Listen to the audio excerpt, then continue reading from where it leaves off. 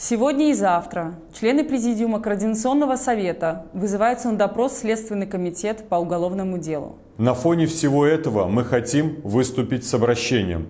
Мы призываем всех должностных лиц, которые принимают сегодня решение о судьбе страны, перестать прятать голову в песок. Давление на членов Президиума Координационного совета так же бессмысленно, как надежда на то, что белорусы забудут о произошедшем или простят тех, кто совершал преступление. Президиум Координационного совета избирается из состава совета. После возбуждения уголовного дела мы получили сотни заявок, а после сегодняшних угроз, уверены, получим и тысячи. Каждый белорус, кто нас поддерживает и хочет перемен к лучшему, может вступить в совет.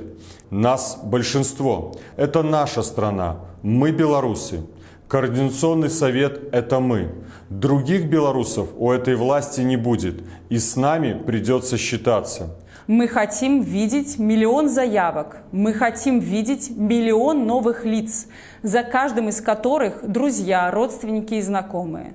Мы не дадим замолчать и забыть то, что произошло, и требуем расследования и привлечения к ответственности всех виновных, восстановления законности и справедливости. Записаться в совет можно на сайте rada.vision. Вместе мы победим!